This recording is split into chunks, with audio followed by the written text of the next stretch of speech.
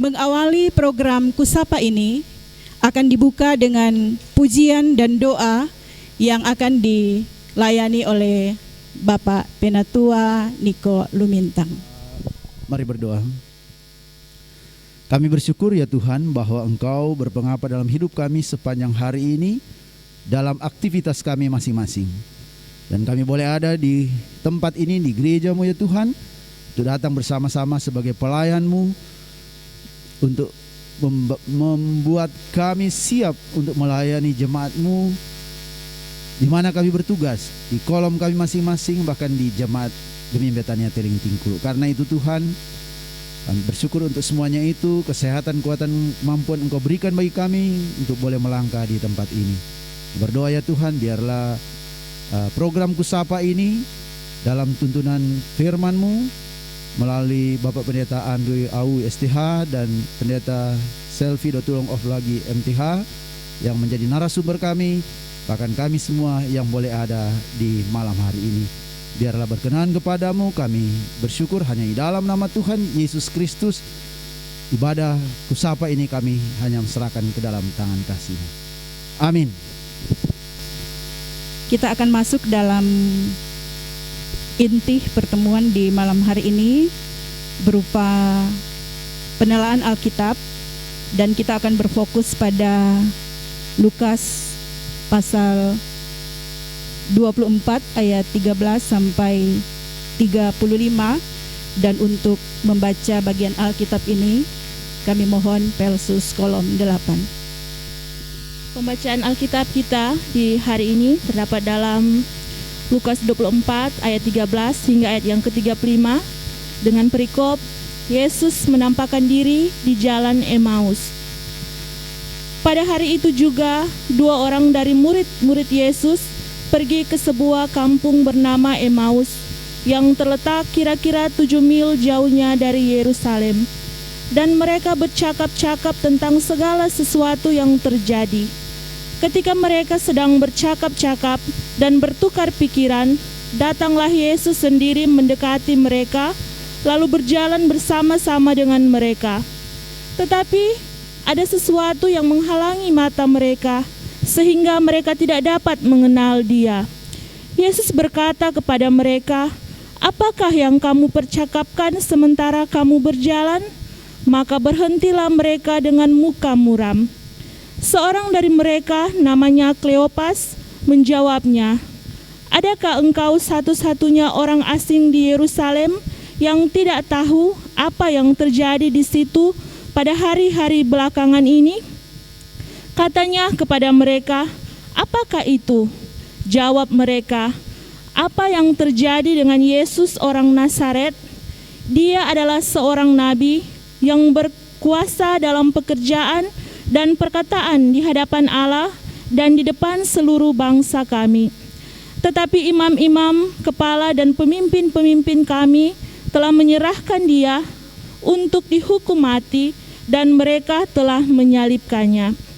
Padahal kami dahulu mengharapkan bahwa Dialah yang datang untuk membebaskan orang Israel. Tetapi sementara itu telah lewat 3 hari sejak semuanya itu terjadi. Tetapi beberapa perempuan dari kalangan kami telah mengejutkan kami. Pagi-pagi buta mereka telah pergi ke kubur dan tidak menemukan mayatnya.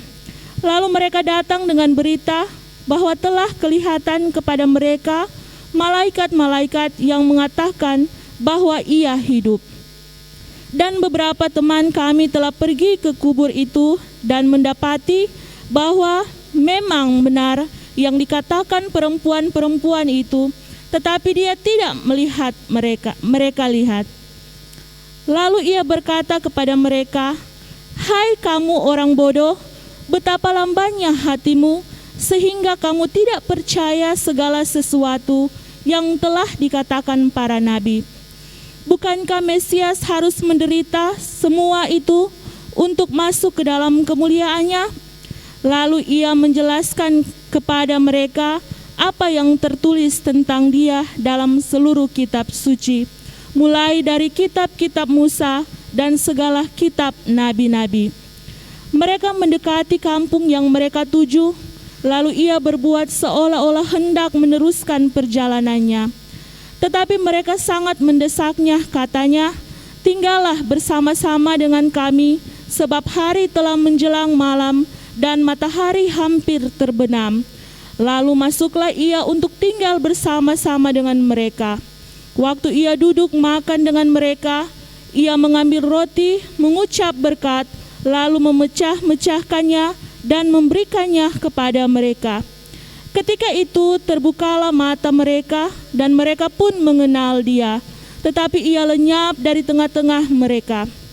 Kata mereka seorang kepada yang lain, "Bukankah hati kita berkobar-kobar ketika ia berbicara dengan kita di tengah jalan dan ketika ia menerangkan kitab suci kepada kita?"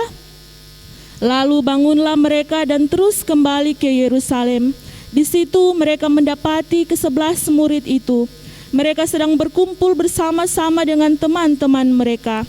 Kata mereka itu, "Sesungguhnya Tuhan telah bangkit dan telah menampakkan diri kepada Simon." Lalu kedua orang itu pun menceritakan apa yang terjadi di tengah jalan dan bagaimana mereka mengenal dia pada waktu ia memecah-mecahkan roti. Demikian pembacaan Alkitab.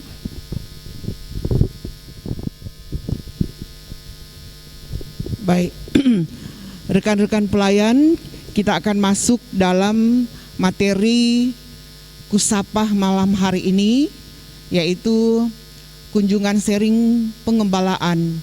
Dan kita akan dengarkan dulu pemateri yang ada, Pendeta Andrio Mario Awi STH, dan berturut-turut bersama dengan Pendeta Selvi Dotolong Oflagi Master Teologia, dan pemberi materi ini tentu saat ini kami serahkan kepada kedua pendeta. Disilakan. Saya mencoba mengajak kita untuk lebih memahami perikop pembacaan kita dari Lukas pasal 24 ayat 13 sampai ayat 35 ini.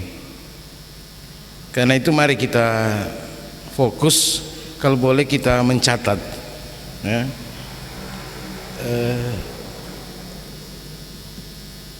Kita temukan beberapa pokok pikiran dari bacaan ini ya,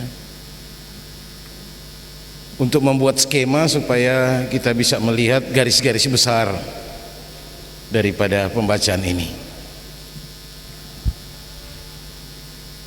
Kalau kita melihat mulai dari ayat 13, kita bisa membagi itu sampai dengan ayat 17 yang berkisah tentang Yesus mendekati dua orang murid yang sedang berjalan dari Yerusalem menuju kampung yang bernama Emmaus. Jadi kita beri judul situ, pokok pikirannya, Yesus mendekati dua orang murid. Nah, hal itu terjadi pada hari yang sama, yaitu hari pertama minggu itu, berarti hari Minggu, di hari kebangkitan. Nah, murid-murid memang ada berkumpul di Yerusalem di salah satu tempat, karena mereka telah mendengar dari perempuan-perempuan bahwa Yesus bangkit. Tetapi mereka ketika itu memeriksa tempat di mana Yesus dikuburkan, mereka mendapati benar apa yang dikatakan oleh perempuan-perempuan itu ya. Itu nanti bagian akhir dari bacaan ini. Tapi sekali lagi, pada hari itu juga, pada saat itu juga, pada waktu itu juga menunjuk pada hari yang sama, hari kebangkitan Yesus, ada dua orang murid yang memisahkan diri dari 11 murid atau 11 rasul ya. Mereka mungkin pulang kampung, karena dompet kampung cuma dekat, kurang lebih 11 km dari Yerusalem, jadi cuma berjalan kaki. Sementara murid-murid yang lain itu atau 11 rasul itu dorang orang Galilea, dorang jauh sekali, dorang sampai kampung halaman Nah, dua orang ini dikatakan mereka sedang membicarakan masalah yang sulit dilupakan, ya kan? Dan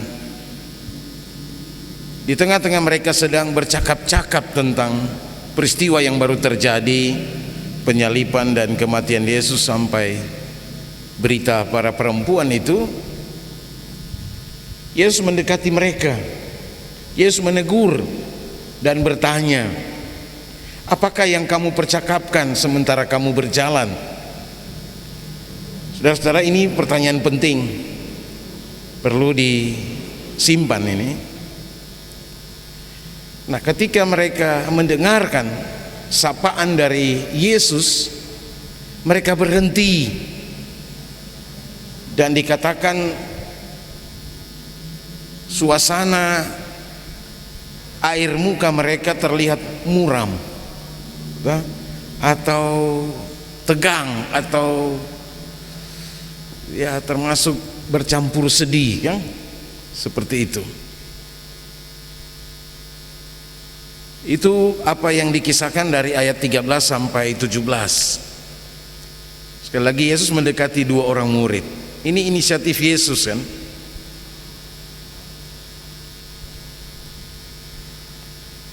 Kemudian kita lompat ke ayat 18 sampai 24.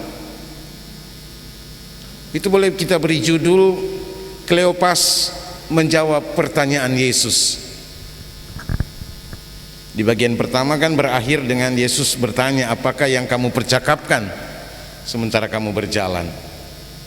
Maka di bagian kedua ini, di pokok pikiran ayat 18 sampai 24, kita melihat jawaban Kleopas, atau salah satu murid yang sedang berjalan pada saat itu. Walaupun mungkin dalam keadaan muram, tapi Kleopas berusaha menjawabnya dengan nada sinis pertama,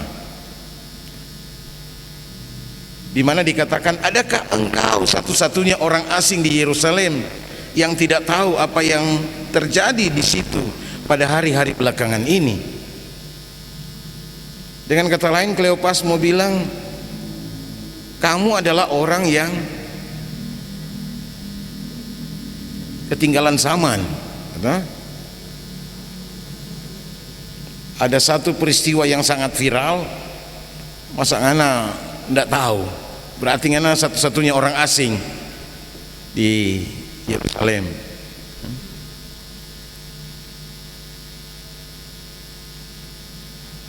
Tapi Yesus kemudian berkata bahwa apakah itu? Dan dijawab lagi oleh, sekarang dijawab oleh keduanya. Karena disebut di sini katanya,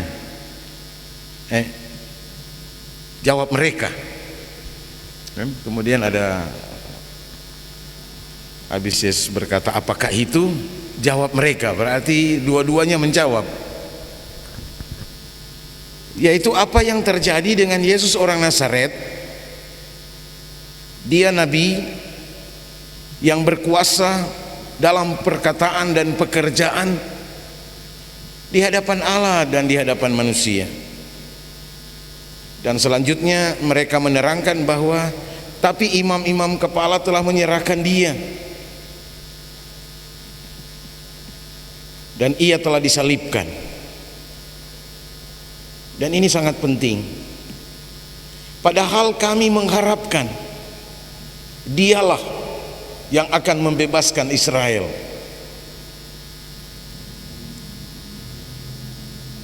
Dan peristiwa itu sudah berlangsung selama 3 hari. Dan mereka juga dikejutkan oleh perempuan-perempuan yang dari kalangan mereka, yang pagi-pagi pergi dikubur, tapi mereka mendapati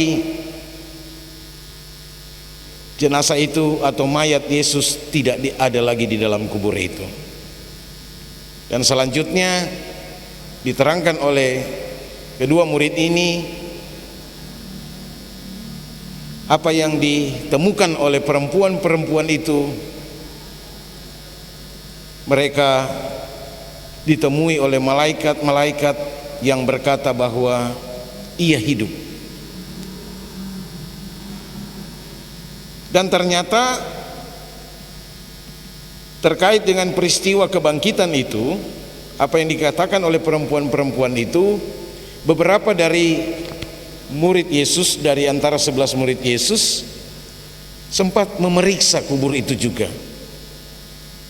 Dan benar dikatakan bahwa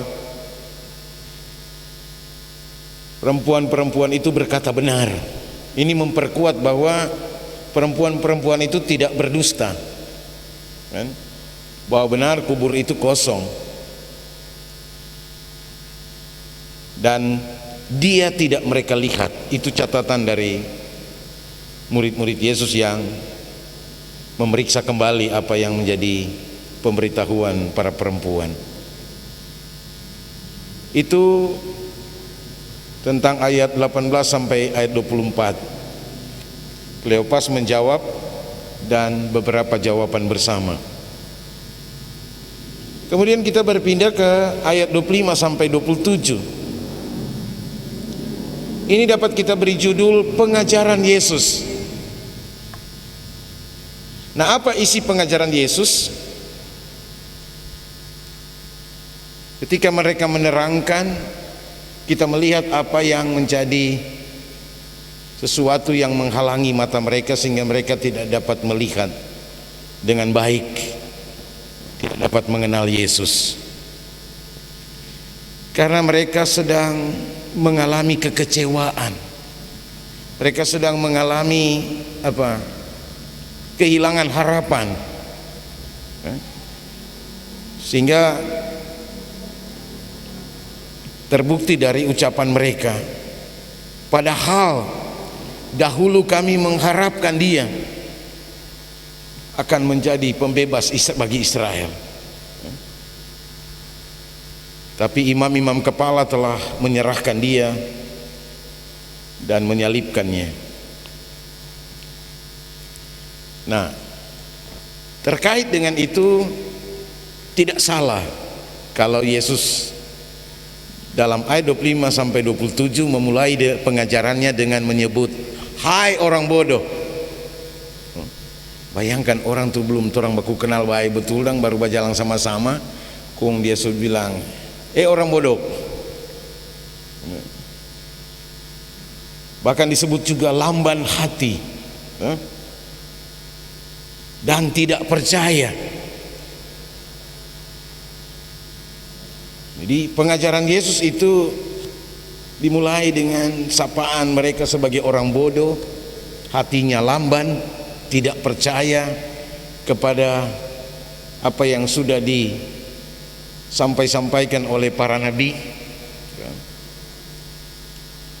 Dan selanjutnya dijelaskan bagaimana Yesus harus menyampaikan kembali apa yang tertulis tentang Mesias menurut kitab-kitab para nabi dan kitab Musa.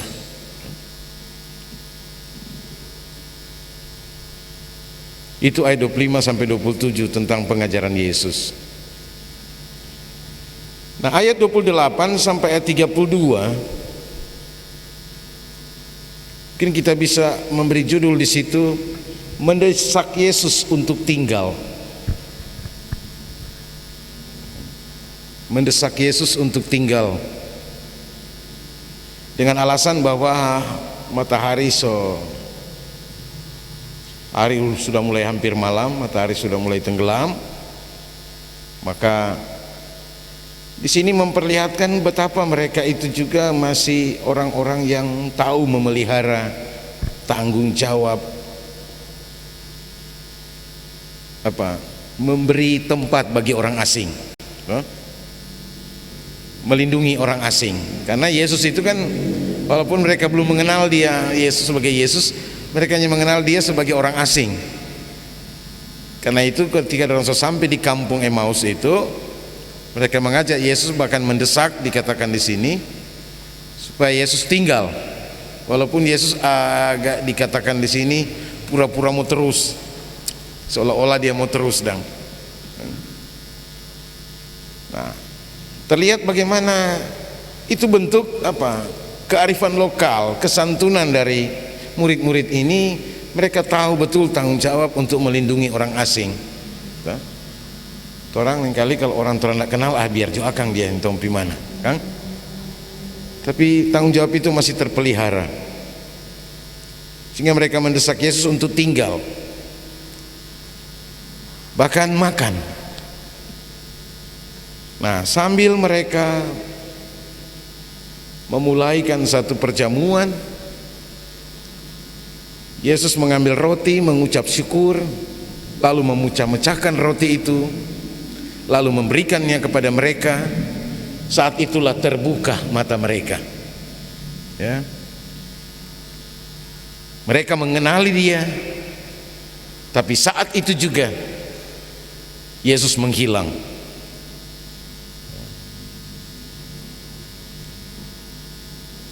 Itu dalam ayat 28 sampai 32 mendesak Yesus untuk tinggal. Artinya karena mereka mendesak Yesus, maka saat itulah mereka boleh mengenal dia. Tapi tentu bukan itu satu-satunya yang membuat mereka mengenal dia.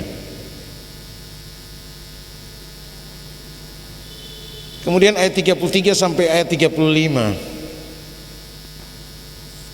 ini berisi kesaksian kedua murid ini di hadapan rasul-rasul, di hadapan 11 murid Yesus.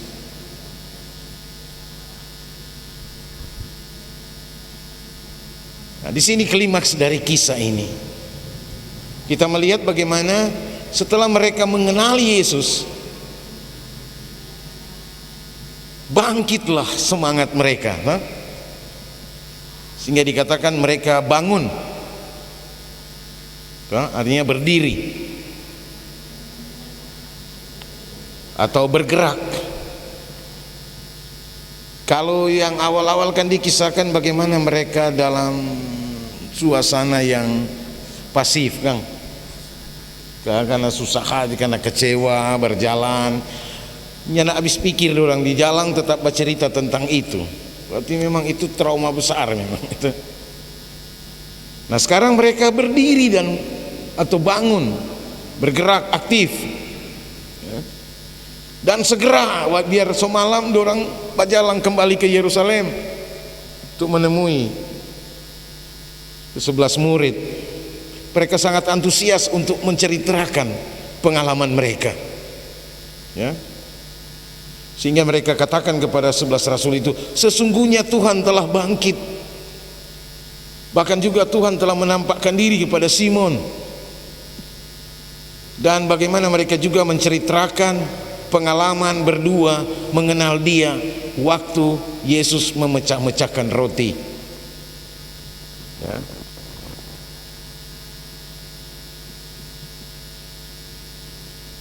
Karena Yesus ketika mengadakan perjamuan dengan murid-muridnya, ketika dia memecah-mecahkan roti dan berikan cawan itu, ketika kamu melakukan ini, ingatlah,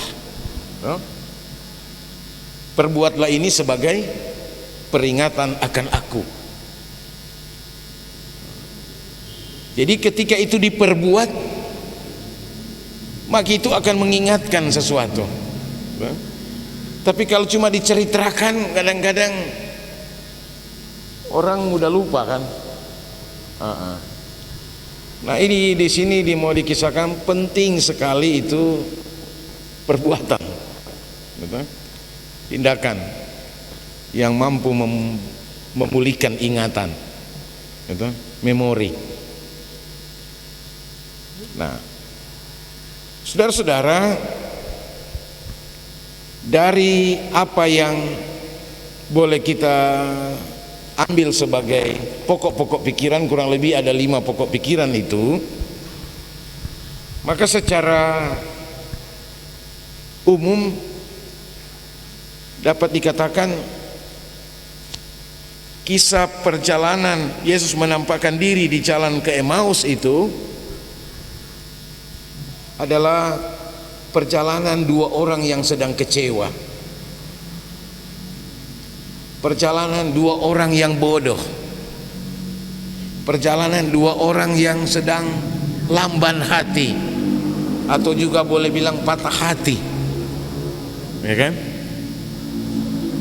So kurang bersemangat, soalnya tidak ada sesuatu yang dorang percaya,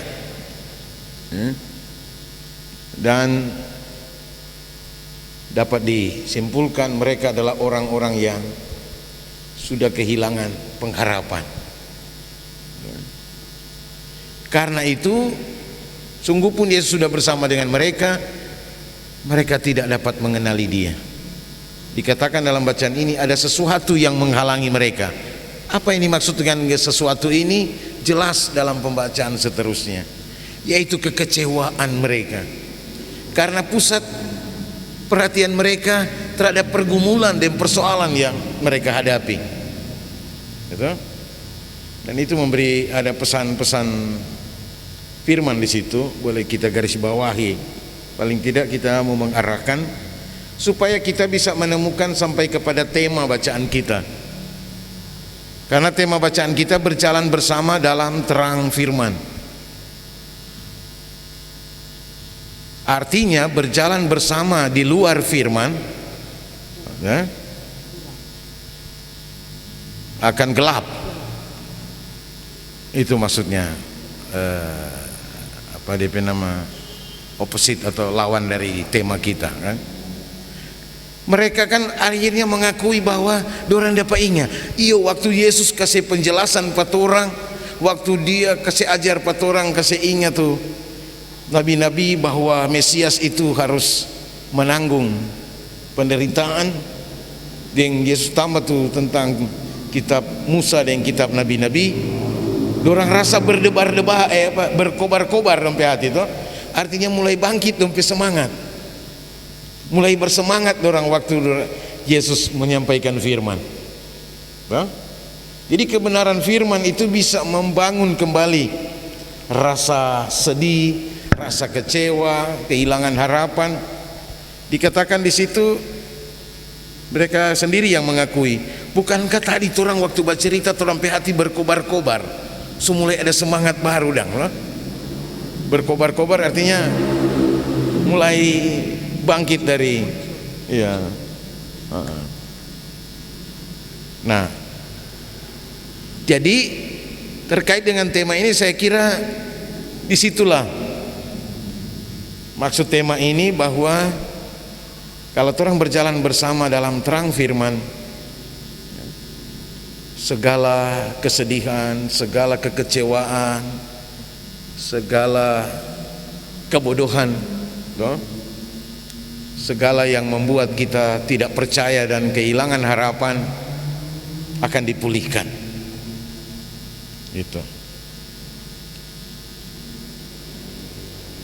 Artinya kesedihan, kekecewaan, kemuraman, ketiadaan harapan hanya dapat dihalau oleh kebenaran firman. Demikian juga bodoh, lamban hati, tidak percaya dapat diatasi dengan menjelaskan tentang firman Tuhan, yaitu rencana Tuhan. Gitu. Sehingga tema ini memang harus kita kaitkan lagi dengan pertanyaan, apakah kita sudah berjalan bersama?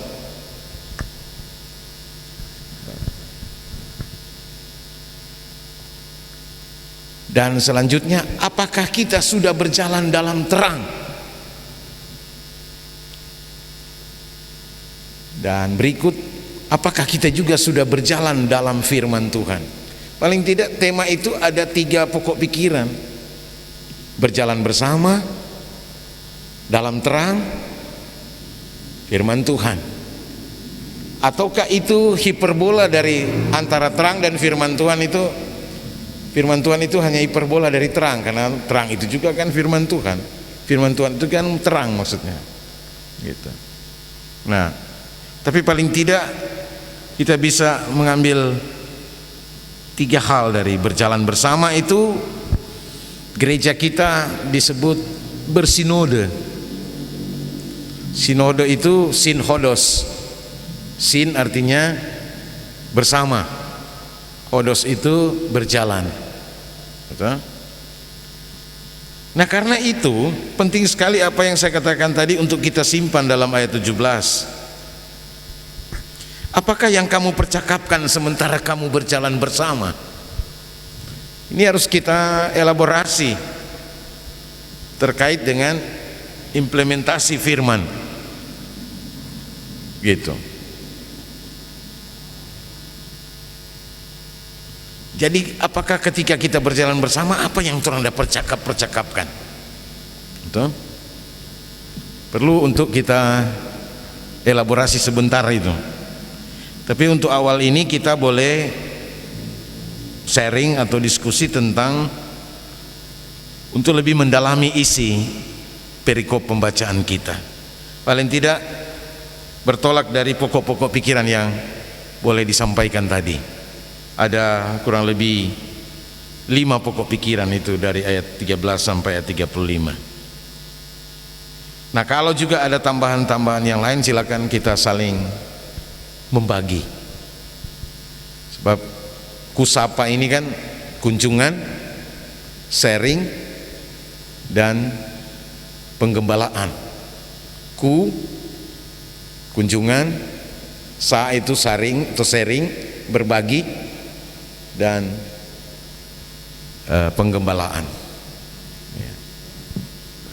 Karena itu mari kita kembalikan kepada moderator, atau mungkin 20 menit ke depan sudah dipaparkan materi, dan nanti ditambahkan lagi dengan pemateri kedua, Pendeta Selvi Dotolokov lagi, Master Teologia.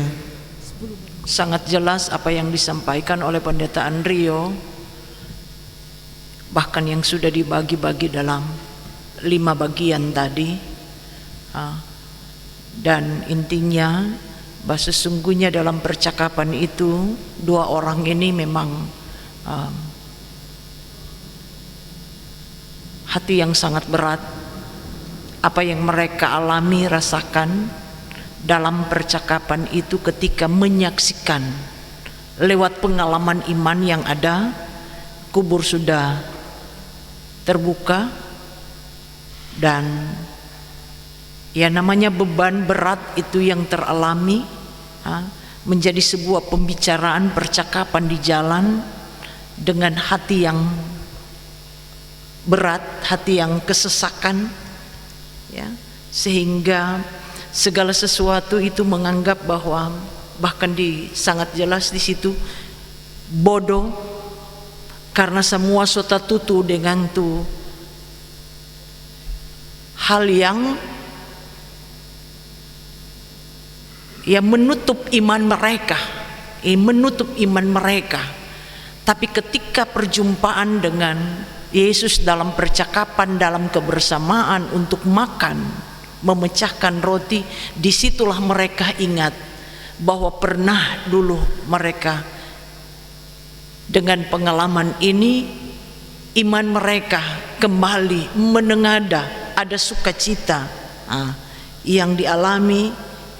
Disitulah juga muncul kuasa itu jalan atas mereka dengan melihat kenyataan yang ada bahwa dialah yang sudah bangkit.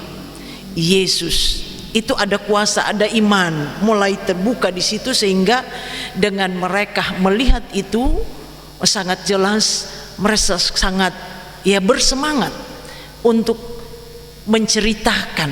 Nah, selanjutnya dalam perjalanan rupa torang, ketika torang tahu, jadi ada kegembiraan untuk itu. Walaupun dalam awalnya mereka ketika masalah mengukung, tatutu semua, biar orang mau bilang apa tatutu, karena yang ada patorang pepikiran perasaan itu masalah, gelap. Tidak ada. Tapi dengan kenyataan setelah melihat kehadiran Yesus, ada kuasa di situ, dong ingat. Di situ iman mulai muncul kembali. Karenanya seperti yang disampaikan tadi, jangan fokus kepada, ya ini saya masuk aplikasi sedikit, ya fokus kepada masalah, pada gelapnya, hitamnya yang mengukung. Tetapi ketika iman kita percaya kepada Dia, dalam terang itu akan muncul, nampak ya sebuah pengharapan yang kokoh bahwa ada Tuhan lewat apa? Firman yang menguatkan. Dan saya kira sampai di sini dulu, nanti kita ketika ada percakapan baru untuk kita saling melempar satu dengan yang lain, memberi tanggapan dan lain sebagainya. Makasih. Demikian dua narasumber, Pendeta Selvi dan Pendeta Andrio sudah memaparkan materi yang kita akan bahas dan kita akan sampaikan sepanjang minggu ke depan yang berjalan di tengah tugas kerja pelayanan. Maka saat ini kita buka tanya jawab. Memang kalau orang lihat di dalam cerita di bacaan ini, itu dua murid itu kan, ya sudah dijelaskan pendeta tadi, itu murid-murid masih kumpul di Yerusalem kan pendeta. Sementara don dua ya rupa tadi kecewa yang tinggi. Kemudian akhirnya Tuhan Yesus waktu makan baru don buka, oh Tuhan, akhirnya Tuhan Yesus menghilang. Ya. Berjalan dalam terang firman. Ya, ini dua murid ini keluar dari terang firman di Yerusalem, tidak percaya kan? Sampai keyakinan tuh apa yang Tuhan Yesus sudah jelaskan. Kemudian itu yang sudah pendeta jelaskan, bahwa tuh dua murid inilah yang lari dari kenyataan tentang firman itu sendiri, terang itu sendiri. Nah kemudian tentu boleh dalam tanda kutip saya katakan bahwa mungkin orang itu yang dua murid ini kadang-kadang lari dari terang firman. Nah ini ya, sebagai manusia biasa pasti kadang-kadang lari dari tuntunan firman Tuhan. Kalau katut tulayan masih berkumpul dan menunggu sesuai janji firman Tuhan akan bangkit pada hari yang ketiga. Tuh dua ini pergi ke Emmaus. Mungkin menurut saya adalah kita itulah yang masuk di dua tadi. Salah satu jelas Kleopas. Pertanyaannya yang satu siapa? Apa kata orang? Kita cari-cari siapa DP nama tuh murid yang satu itu ya. Cari. Nah jelas ada pendapat lain mengatakan mungkin torang-torang inilah murid yang kedua itu yang tidak menyebutkan nama, yang kadang lari dari terang firman Tuhan itu, lari sendiri, yang tidak mau bergabung dengan murid-murid yang percaya dan yakin akan kebangkitan Kristus. Nah, mungkin ini apakah bisa dijawab siapakah? Apakah kita juga cuma baca pendeta bahwa dia bilang mungkin orang ini tuh yang satu Kleopas memang. Terima kasih. Nah kita dengarkan narasumber Pendeta Selvi Dotolong of lagi Master Teologia. Terima kasih atas kesempatan. Penanya pertama, Diaken Olivia. Emang dalam realitas seperti inilah juga, lewat pengalaman yang teralami bagi dua orang ini, kembali lagi ketika masalah mengukung, ada berbagai hal yang teralami. Jangankan sukacita itu hilang, tapi pengharapan pun sudah tidak ada, tertutup. Nah tadi ditanyakan contoh keteladanan sebagai murid Kristus. Ya kadang dengan persoalan itu ya tidak mampu untuk mau berdiri tegak kokoh, hidup sebagai orang yang beriman. Ia tidak berpegang pada pengharapan itu, janji itu. Nah, disinilah juga pengalaman dari para murid yang ada. Jadi mereka bimbang, gelisah, hati galau, sehingga ketika pun seperti tadi perjumpaan, mereka semacam kabur, ditutupi. Jadi ditutupi dengan masalah yang ada. Nah, pertanyaan tadi, bagaimana ya kita ya untuk menjadi contoh teladan sebagai murid Kristus ketika hal itu teralami atau kita menghadapi. Ya, jawabannya kita hendak hidup di dalam terang firman Tuhan.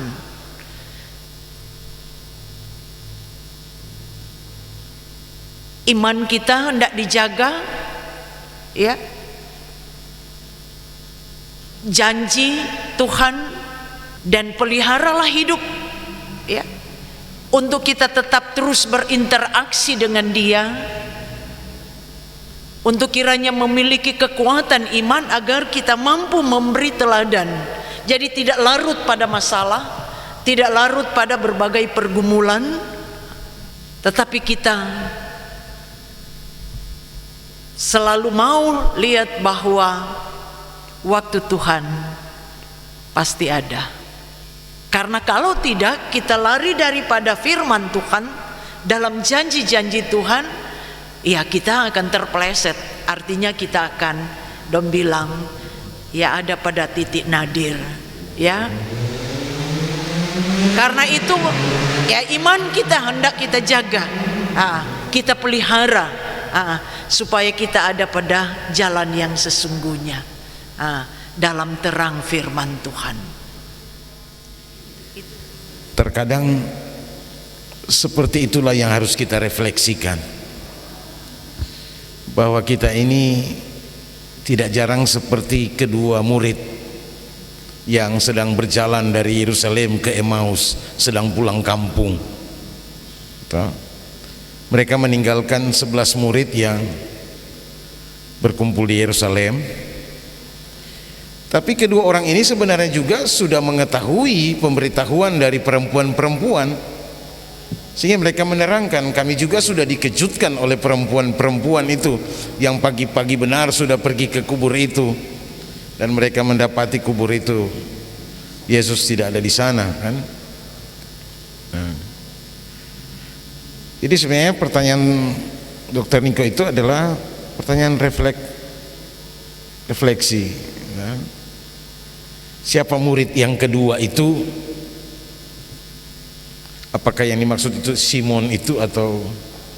Tapi Simon yang dimaksudkan di sini adalah Simon Petrus. Kalau kita baca dalam kisah kebangkitan dalam Injil Yohanes, sebenarnya itu murid-murid ini menerangkan tentang itu. Tapi ada juga yang memang menafsirkan itu adalah temannya itu bernama Simon. Yang satu Kleopas, yang satu Simon. Tapi Kleopas kan juga melihat, sudah mengenali, mereka berdua mengenali. Nama Simon ini jadi top. Dulu kalau di Pemuda ada rekreasi kan, Simon berkuasa. Beruntunglah yang bernama Simon. Nah,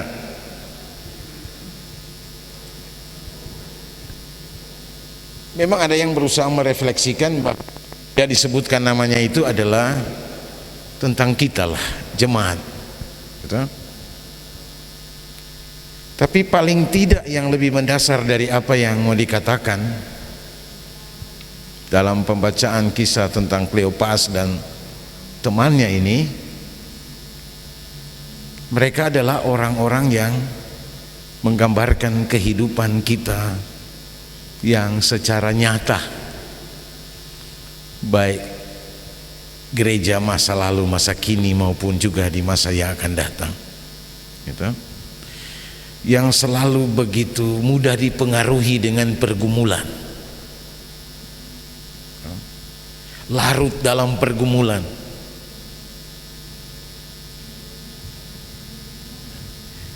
Tetapi Tuhan tidak pernah membiarkan kita.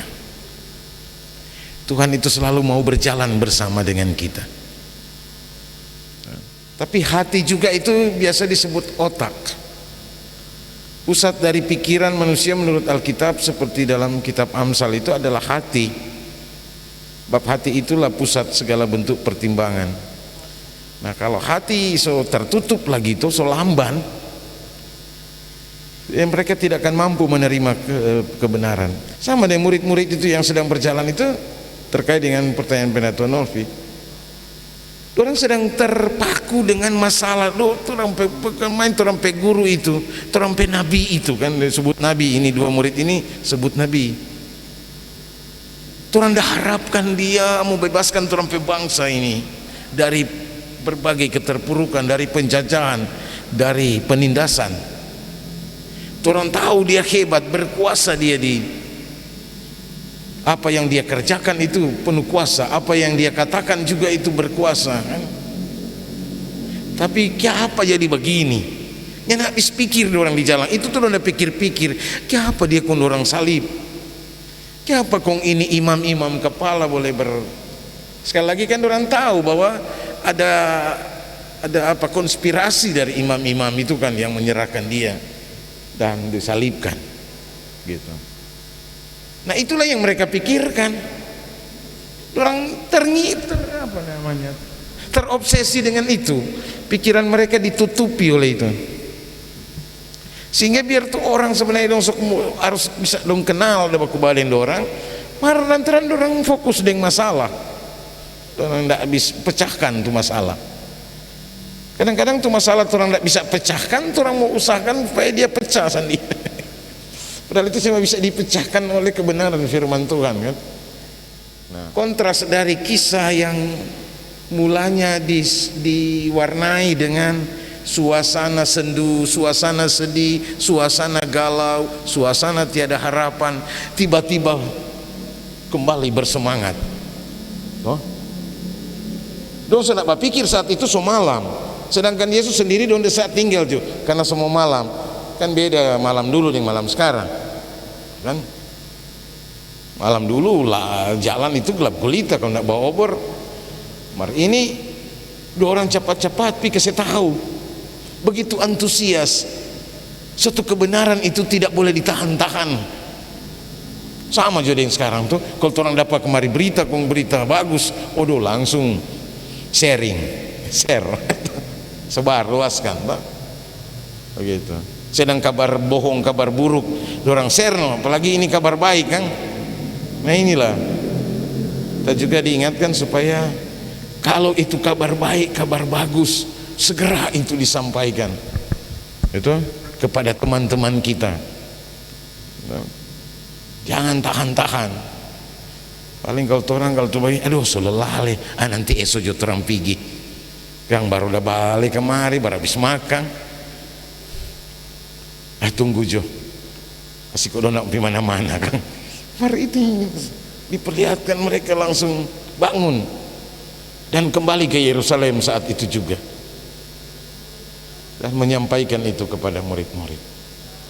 Nah, kisah selanjutnya sementara orang bercerita soal itu, Yesus menampakkan diri. Cerita selanjutnya, kehadiran Yesus saat itu dianggap sebagai hantu gitu. Mereka belum mengenal tuh yang murid-murid yang baru dengar tuh cerita lagi itu. Jadi memang masalah penyaliban Yesus, kematian Yesus itu trauma berat buat murid-murid. Mereka tidak percaya. Sungguh pun dia dikatakan malaikat, ia hidup, ia tidak ada di sini, ia sudah bangkit. Tapi peristiwa kebangkitan itu tetap menjadi sesuatu yang membingungkan para murid. Belum ada yang percaya bisa bangkit dari zaman itu. Kisah ini juga sebenarnya untuk mau menjawab polemik di zaman itu tentang apakah dia benar bangkit. Karena masih ada katu yang kurang percaya dengan peristiwa itu. Walaupun itu sudah diberitahukan sebelumnya. Yesus berkali-kali mempersiapkan murid-muridnya, pemberitahuan keberapa itu tentang Yesus, dia akan mati, Mesias itu akan mati disalibkan tetapi akan bangkit pada hari yang ketiga. Lo lupa semua itu.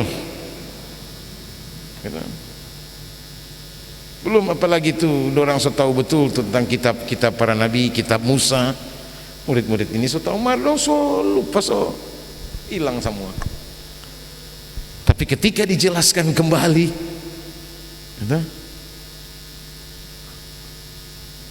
tergerak lompe hati, timbul lagi semangat baru. Jadi inilah peran kita. Tidak sedikit di dalam perjalanan bersama kita, sebagai gereja yang berjalan bersama, mengalami hal-hal seperti ini. Dan karena itu kita harus selalu menjadi bagian dari mereka yang memerlukan firman Tuhan. Firman Tuhan itu bukan menghadirkan siapa-siapa, tidak lain adalah menghadirkan Yesus sebagai Tuhan yang hidup, yang bangkit dari antara orang mati.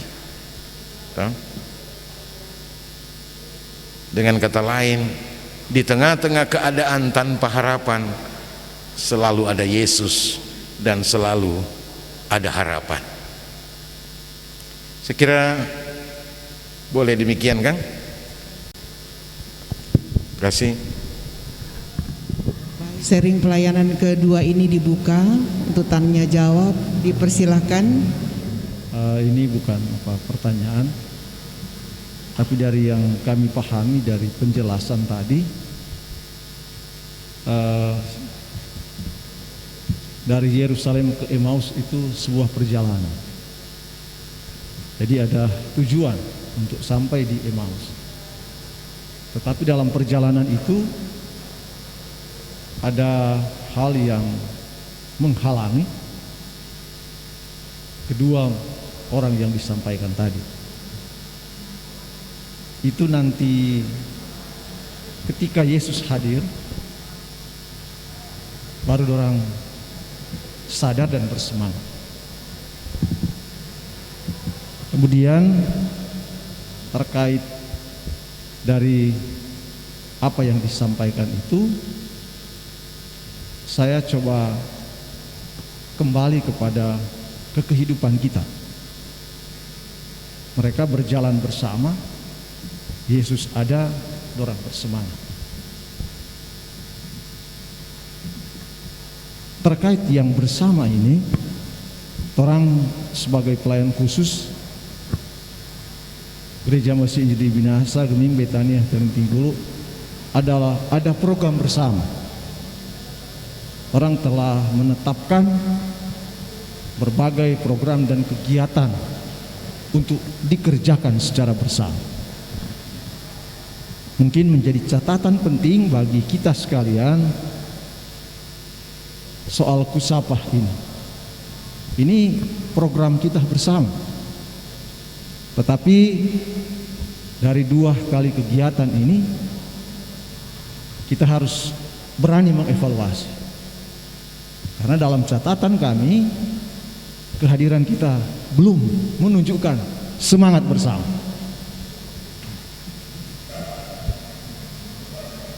Saya tidak mau mengatakan bahwa mesti semua, tidak. Yang pasti ada yang berhalangan karena tugas, karena mungkin sakit, tetapi mungkin ada yang sengaja melupakan ini.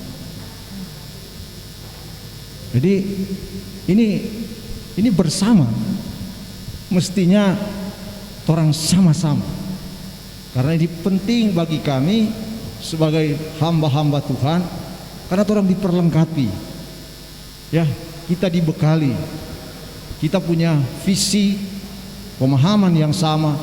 Bagaimana mau jelaskan kepada jemaat supaya orang misalnya pelayan khusus kolom 15, pelayan khusus yang lain ketika di jemaat, ketika menyampaikan firman ini sama ceritanya, pesannya sama. Itu yang mungkin koreksi bersama bagi kita. Kemudian tambahan bahwa semangat bersama ini juga harus diwujud nyatakan. Kalau dalam bahasa tadi backing, ya, jadi backing. Jangan orang cuma sama-sama pakai stola, sama-sama pakai seragam, tapi orientasi kita, semangat kita masih beda-beda. Mungkin masih masing-masing. Sehingga terima kasih kalau ini menjadi tema kita yang perlu kita wujud nyatakan. Tidak hanya dalam pemahaman ini, tapi orang buktikan dalam kerja pelayanan untuk kemuliaan nama Tuhan. Terima kasih. Terima kasih atas kesempatan yang kedua ini. Itulah yang sudah dipercakapkan atau yang sudah disampaikan pada yang pertama. Tadi bagaimana mereka terkukung, tertutup mata. Kalau mau bilang ditutup oleh masalah yang ada. Karena masalah itu sehingga mereka tidak mampu untuk melihat siapa yang ada di depan mereka. Karena masalah itu. Dan itu juga menjadi pengalaman kita bersama. Kadang orang dia bilang pebodok ngana, dengan masalah itu kayak pengana mau, begitu. Kayak pengana mau jadi begini karena masalah itu. Nah, bagaimana kita untuk bersama-sama, ya, seperti program ini, ya, memang nggak sampai setengah, Kang penak hen, nggak sampai setengah. Tapi bagaimana kita mau merangkul mereka dalam terang firman untuk berjalan bersama, ya itu juga kembali kepada kita semua. Tugas kita bersama, bukan hanya BPMJ, tapi tugas kita bersama.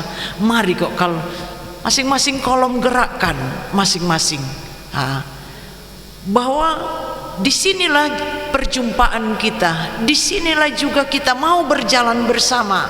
Artinya kalau sebuah program yang sudah kita sepakati bersama, toki, berarti sepakat kan kita bersama, itu menjadi tugas tanggung jawab kita bersama. Nah, hal-hal ini juga bukan hanya satu program ini, tetapi program-program yang lain yang memang ada yang hanya ya karena lari seperti tadi, ada kesibukan, ya, ada halangan.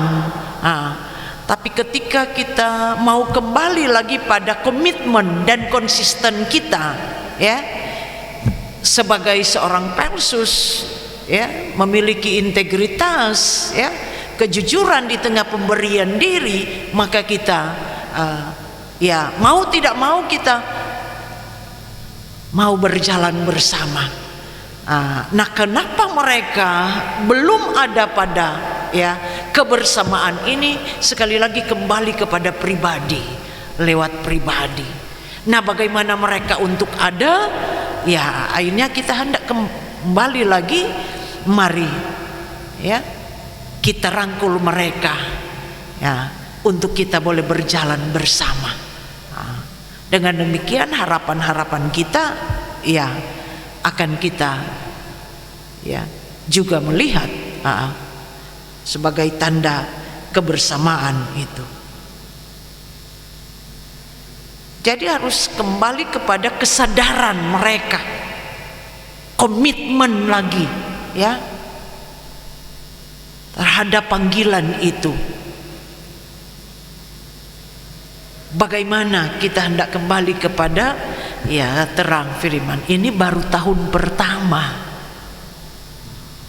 ya, baru semester pertama, apalagi ke setahun ketiga, ya, selebe hilang.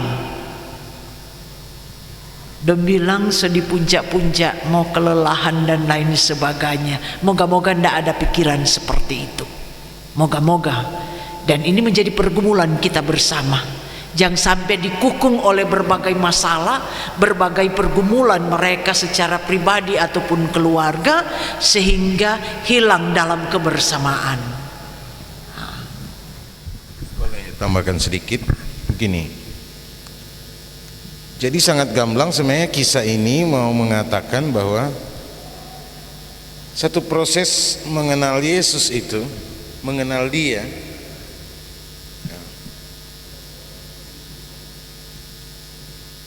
dimulai dengan teguran, bahkan teguran keras. Kemudian dengan penjelasan firman. Lalu kemudian melakukan pengucapan syukur. Lewat makan bersama itu, lalu memberikan atau membagi-bagi roti.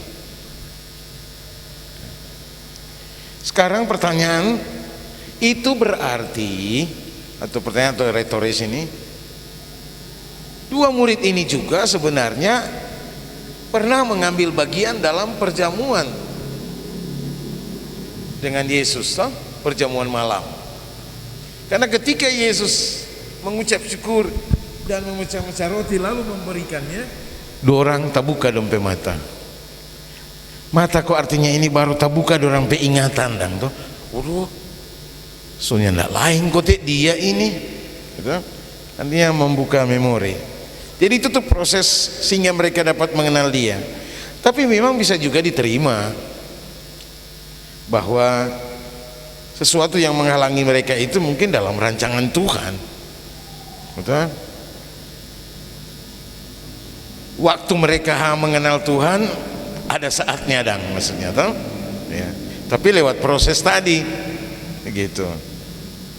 Tapi sangat tidak menutup kemungkinan juga bahwa bukankah kenyataan psikologis manusia ketika dia terlalu penuh dengan pergumulan, beban dan persoalan, sehingga matanya tidak lagi bisa melihat jelas siapa-siapa yang, nah, itu semacam gambaran seperti itu kan. Nah, maka bagi saya ya bisa juga itu Kleopas dan istrinya, karena di satu rumah kan orang bahkan mendesak Yesus. Jadi, tapi sekali lagi karena mereka itu mulai berkobar-kobar dalam hati kan, ketika mendengar penjelasan firman dari Yesus. Yesus menjelaskan kitab Musa dan kitab nabi-nabi, orang berkobar, bangkit dompe semangat. Nah, sehingga ketika Yesus mau berpisah dengan orang, ndak tinggal dulu dengan alasan ini semua malam, betul? Malah ketika Yesus malam sehingga orang siapkan makan roti, dan Yesus mengambil alih. Nah, mereka mengenal Yesus waktu sampai di situ sebagai orang asing, bahkan disebut satu-satunya orang asing, karena dia tidak tahu tuh peristiwa itu, padahal itu kan cuma bertanya kan. Nah, pertanyaan kita memang saya angkat tadi, perlu kita elaborasi adalah apa yang kita percakapkan dalam perjalanan bersama sekarang ini. Ini menyangkut implikasi firman ini tuh orang sekarang. Kita harus berangkat dari situ, menggumuli orang perjalanan bersama. Apa yang orang percakapkan? Termasuk di kolom orang berjalan bersama sebagai waris persekutuan jemaat. Apakah orang cuma ada bicara tentang tuh doi, persembahan, atau apa? Sehingga orang soalnya nak sibuk dengan firman, kurang ada sibuk urus-urus catatan. Sementara banyak yang tidak mengenali Yesus dengan benar karena tak tutup dengan pergumulan. Orang butuh firman. Awas orang. Ya, ini bukan berarti kita tapi hati-hati, jangan terlalu toh?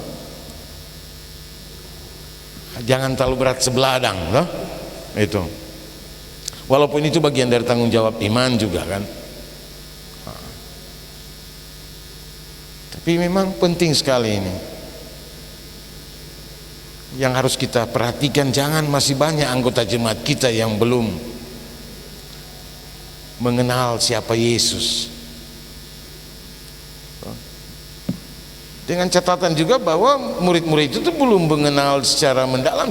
Kalau memang mereka paling tidak bukan harus nanti melihat, dengar suara jo. Dapat ingat rupa anu pe suara ini kan. Orang aja begitu tuh. Bukan nanti lihat kok dia tuh. Orang buta saja ketika dia pernah dengar pe suara dia sudah tahu ini si ini, dia sudah pernah kenal. Orang peka sekali dari segi telinga mengenal orang walaupun tidak melihat. Betul. Nah, tadi Penahen mengajak kita untuk apa yang kita percakapkan dalam perjalanan bersama ini. Betul? Itu hal penting untuk apakah kita bicara tentang Tuhan yang selalu hadir, yang selalu ada bersama kita? Apakah kita selalu memberi harapan kepada jemaat tentang kekuatan firman itu yang apakah kita selalu mau memberi semangat kepada jemaat untuk bangkit, untuk aktif ketika mereka sedang terpuruk sedang kecewa seperti yang diperlihatkan oleh dua murid ini kan, ketika mereka mengenal langsung bangkit dalam antusias untuk menyampaikan berita itu kepada teman-teman di Yerusalem. Dongsanya berpikir so malam so gelap, minta udah jalan biar batu-batu lain, dong pikir dong pesenang ini, karena dorang dalia. Nah semangat seperti itulah yang harus kita bangun. Ketika jemaat itu mengenal siapa Yesus, dia akan memberi dalam. Jadi tanda orang yang mau antusias dalam pelayanan karena dia mengenal Yesus. Dia suka kenal dan gitu. Dia tidak meragukan lagi bahwa dia bangkit, dia itu hidup gitu.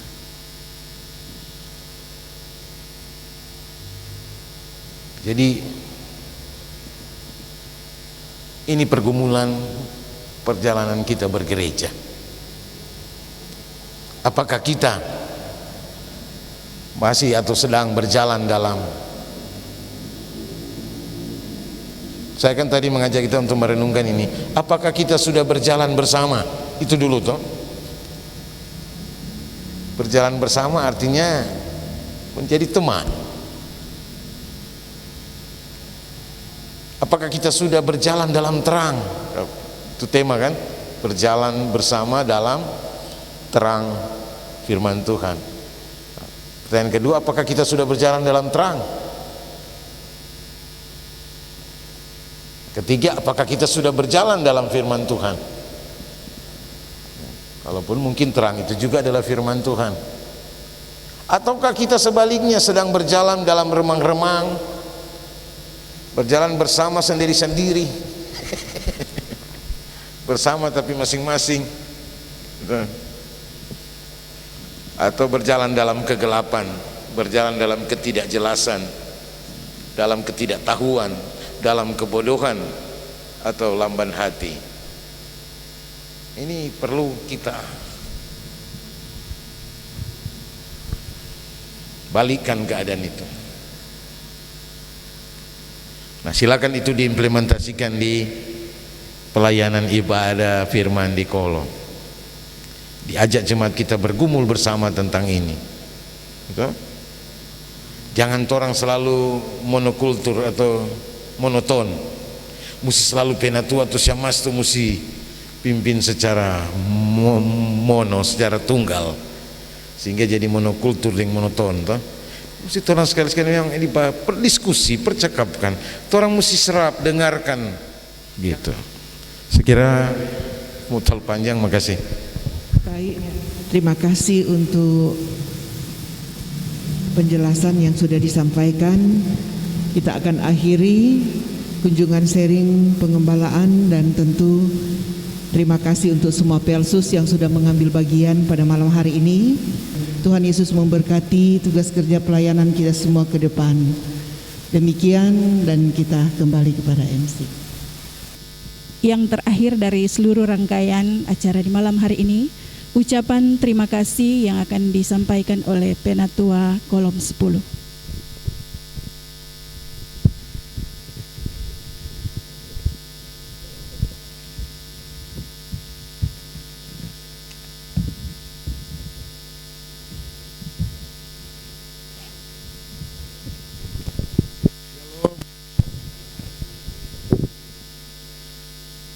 Tentu kita mengucap syukur kepada Tuhan kita Yesus Kristus, Kepala Gereja, yang telah menuntun kita semua untuk memahami firman Tuhan. Terima kasih kepada narasumber, Bapak Pendeta Andrio Awi dan Ibu Pendeta Selvi Dotulung Oflagi yang telah memberikan wacana pemahaman tentang firman yang akan kita kabarkan nantinya pada minggu depan. Jadi kita sudah banyak memahami, kita tinggal aplikasi dalam pelayanan kita, baik di kolom, di gereja, bahkan dimanapun kita melayani.